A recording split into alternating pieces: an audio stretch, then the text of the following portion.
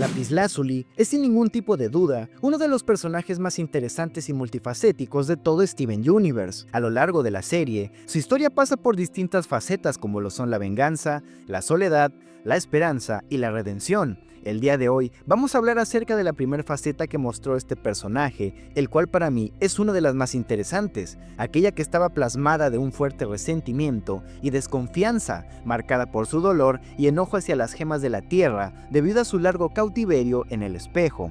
Pero antes, no olvides suscribirte y dejar tu like. Créeme que de esa manera me ayudas un montón. Y ahora sí, sin nada más que decir, comencemos.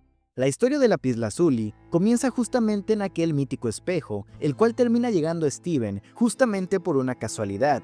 Steven rápidamente forja una especie de relación con el espejo, una conexión que ni él ni las gemas terminan de comprender. Y es que detrás de todo el acto hay ciertos puntos que para mí son cuanto menos interesantes. Primero está la mentira de Perla respecto al origen del espejo. Ella le da a Steven este objeto como si fuera solo una reliquia antigua, algo para mostrar recuerdos del pasado, educarlo tal y como él quería en un inicio, pero claramente nunca le dice lo más importante, que dentro del espejo había una gema atrapada. Esa omisión pesa bastante, porque no es un simple descuido, es casi como ocultar una verdad que termina siendo brutal, ya no solo para Steven, sino también para la propia gema que estaba ahí, y lo cual también habla mucho de las Crystal Gems, ya que esto lo llamo como la negligencia de Perla, porque seamos sinceros, ¿cómo se le ocurre dejar a Steven jugando con un artefacto que ni siquiera entiende del todo?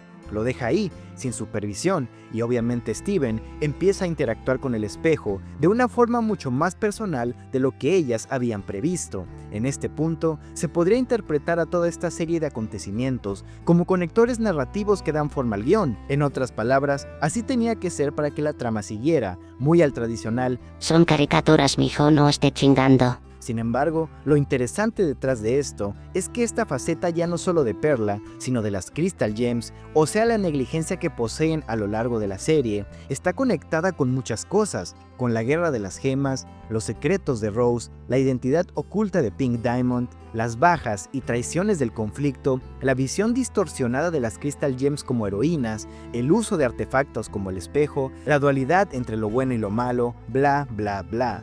En fin, de todo esto surge un poderoso y complejo vínculo, la relación de Steven con el espejo. Él es el único que no lo trata como una simple herramienta, sino como un ser con el que puede conectar.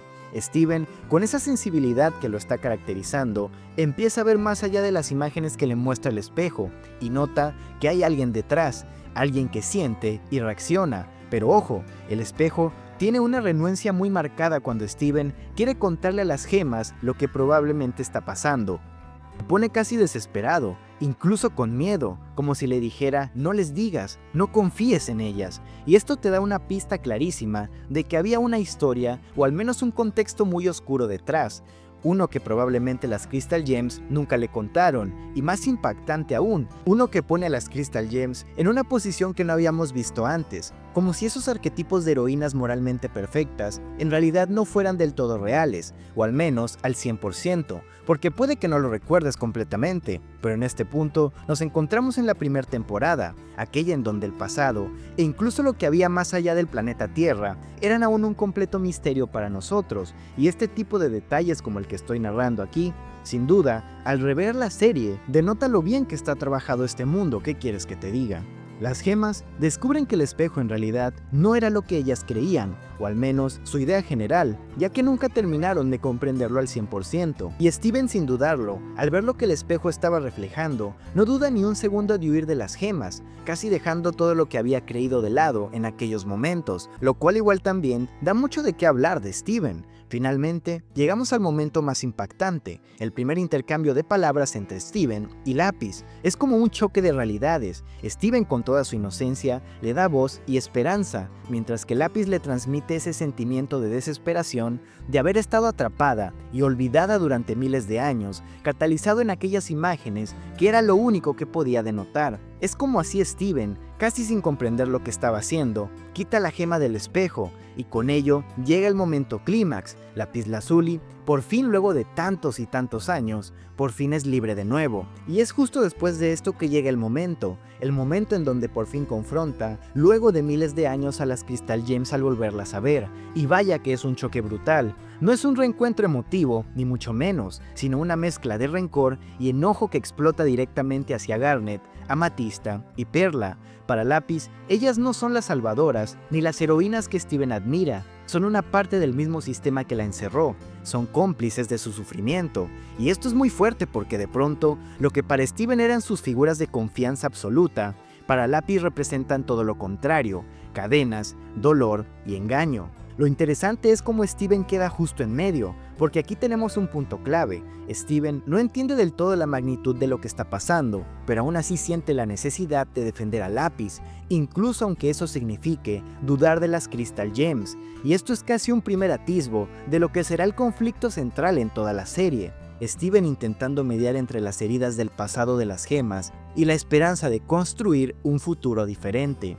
Ahora, lo de Lapis no se queda en simples palabras. Su primera acción luego de ser liberada es un despliegue de poder bestial, y no lo hace para presumir, lo hace como un acto de escape. Esa escena en donde usa el agua para alejarse, dejando atrás a Steven y a los demás, marca un antes y un después, porque no es la típica presentación de un nuevo aliado, sino la de un personaje que carga con tanto dolor que no está listo para confiar en nadie, lo cual en este punto de la historia es interesantísimo, pues muestra un ángulo que al menos hasta este punto la serie no había tocado del todo, y a su vez deja con una intriga gigante sobre quién verdaderamente era esa nueva gema, y más importante, cuál era su historia. Y aquí creo que vale la pena detenerse, porque Lapis no es introducida como una villana ni como una aliada, sino como un personaje profundamente ambiguo, y esa ambigüedad es la que la hace tan fascinante en esta primera instancia, porque no sabes qué esperar de ella. En estos episodios iniciales, lo que realmente se nos presenta no es solo a Lapis como gema, sino el concepto de la desconfianza y del resentimiento que nace de la injusticia.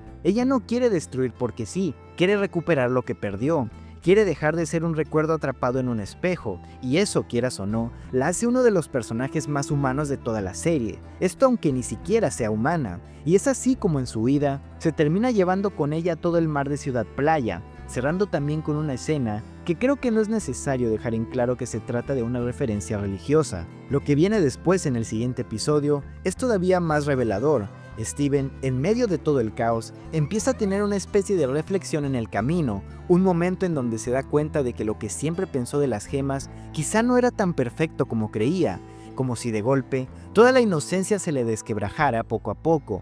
Su mamá, sus amigas, las heroínas que lo habían criado, de repente ya no solo eran las buenas de la historia, sino que había un trasfondo mucho más complejo. Es aquí donde entra el verdadero shock. Steven se sorprende brutalmente al saber gracias a Perla que las gemas en el pasado habían peleado con otras gemas. Para él, eso era algo imposible de concebir, porque en su cabeza todo era salvar la Tierra y proteger a la humanidad. Pero ¿qué pasa cuando descubre que esa batalla fue también contra su propia especie, contra aquellas que eran iguales a él? Ahí es donde nace la verdadera duda. Ese quiebre que se va a convertir en uno de los ejes centrales de su desarrollo. Entender que la guerra de las gemas no fue una simple historia de buenos contra malos, sino un conflicto lleno de grises, traiciones y secretos. Lo interesante es que Steven no reacciona con odio ni rechazo, sino con una mezcla de esa ingenuidad y sensibilidad que lo definen, tratando de procesar algo que evidentemente lo supera, pero que ya empieza a marcarlo. Y claro, en medio de todo eso, se revela también la mentalidad de Perla, que es quizás la más cuestionable de todas. Ella tiene esta manera de justificar lo que hacen, de decir que todo fue por un bien mayor gracias a su ego, y tal vez de mentirse a ella misma, que el fin justifica los medios muy entre comillas, todo por las Crystal Gems, pero al mismo tiempo no duda en mentir, en omitir o en maquillar la verdad para que Steven no vea lo que realmente hay detrás, y eso es duro, porque la pone en una posición muy frágil. Por un lado, la lealtad absoluta a Rose y a la misión, y por el otro, la incapacidad de aceptar que en ese camino también hubo errores terribles, como veríamos más adelante en la obra. De esta forma, es como las Crystal Gems en compañía de Steven, Connie, Greg e incluso el león parten en busca de Lapis. Al encontrarla en la cima de aquella colosal torre de agua, Lapis no se queda con los brazos cruzados. Lo primero que hace es crear clones de agua de las Crystal Gems, como una especie de reflejo distorsionado de ellas mismas, y se desata una pelea que visualmente es espectacular, pero que también tiene un peso simbólico muy fuerte. Lápiz no las enfrenta directamente, las obliga a pelear contra sus propias copias. Es como si les pusiera un espejo en el que solo podían ver sus propios errores, sus propias sombras, y eso ya nos dice bastante de lo que Lápiz representa en este momento. En medio de ese caos, Steven toma un camino distinto. Mientras que las gemas luchan, él se acerca a Lápiz no con violencia, sino con palabras, y es ahí donde ocurre uno de los diálogos más reveladores. Lápiz le dice a Steven que las Crystal Gems no se preocupan realmente por las demás gemas, que todo lo que hacen es por la humanidad y nada más. Y esto es un golpe directo, porque rompe la visión casi idealizada que Steven tenía de sus amigas, y al mismo tiempo deja en claro cuál es el único deseo de Lápiz: el irse a casa, regresar al lugar del que fue arrancada y dejar atrás todo lo que la atormentó por miles y miles de años. Es en ese instante donde Steven, con esa inocencia y compasión que lo caracterizan, hace algo que nadie más habría hecho por ella: intenta curar su gema, y lo logra. Ese acto sencillo, casi ingenuo, marca una diferencia enorme, porque por primera vez en miles de años, alguien la ayuda sin pedir nada a cambio. Ese momento no solo la sana físicamente, también abre una pequeña grieta en todo ese muro de resentimiento que la envolvía. El desenlace llega cuando Lápiz, ya recuperada, decide marcharse, y las reacciones son muy distintas. Garnet y Perla se muestran claramente preocupada, no tanto por la huida en sí, sino por lo que significa. El hecho de que una gema poderosa, con un conocimiento enorme sobre su mundo, se ha ido al espacio, y cómo esto podría traer consecuencias impredecibles. Ese temor queda flotando en el aire, como una amenaza que todavía no se entiende del todo, pero que tarde o temprano regresará. El episodio cierra con un tono completamente distinto, incluso me atrevo a decir que casi tierno. Steven, mirando hacia el cielo, se despide de Lápiz con un simple "nos vemos, donde quiera que estés", y esa línea tan sencilla encapsula lo que Steven es como personaje: alguien que no guarda rencor, alguien que aún cree en la bondad de los demás, incluso cuando todo parece perdido. En definitiva, con todo lo que hemos tocado, esto no solo nos presenta a Lápiz como uno de los personajes más complejos y humanos de Steven Universe, sino que también deja sembrada varias semillas que van a florecer mucho después. Vemos a una gema rota, desconfiada, que carga con miles de años de dolor y que solo quiere recuperar lo que perdió, pero también vemos a Steven dando sus primeros pasos hacia la verdad, cuestionando a las Crystal Gems, descubriendo que el mundo no es tan simple como se lo habían pintado. Lápiz, con su resentimiento, su poder y su deseo de libertad, se convierte en un espejo de todo lo que la serie quiere contar: que la historia no es de blancos y negros, sino de heridas, de secretos y también de segundas oportunidades, aunque en este momento no parece así.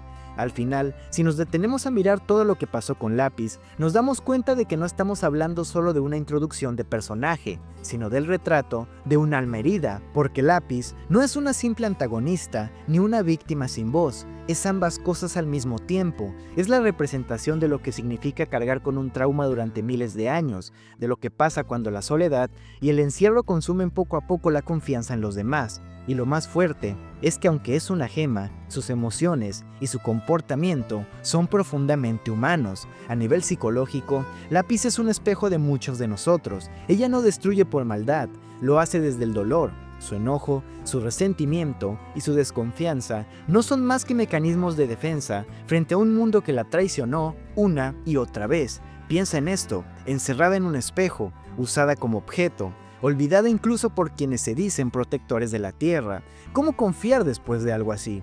Es lógico que su primera reacción al ser liberada no sea de gratitud, sino de enojo, miedo y rechazo, y más teniendo en cuenta quiénes estaban delante de ella cuando eso pasó. Pero al mismo tiempo, en su relación con Steven vemos una grieta en esa coraza. Steven, con su inocencia, con su empatía, logra conectar con esa parte de ella que todavía quiere creer, que todavía guarda una chispa de esperanza, lo cual también nos habla de su desarrollo futuro. Y eso es lo que lo hace tan conmovedor. Estamos hablando de este primer acto, porque en este, Lápiz no está lista para sanar, pero tampoco está perdida por completo. Su historia es la prueba de que incluso en los corazones más rotos todavía puede existir la posibilidad de redención. Su partida al final de estos capítulos no es solo una huida, es también una búsqueda de identidad, de respuestas, de un lugar al que realmente pueda llamar hogar.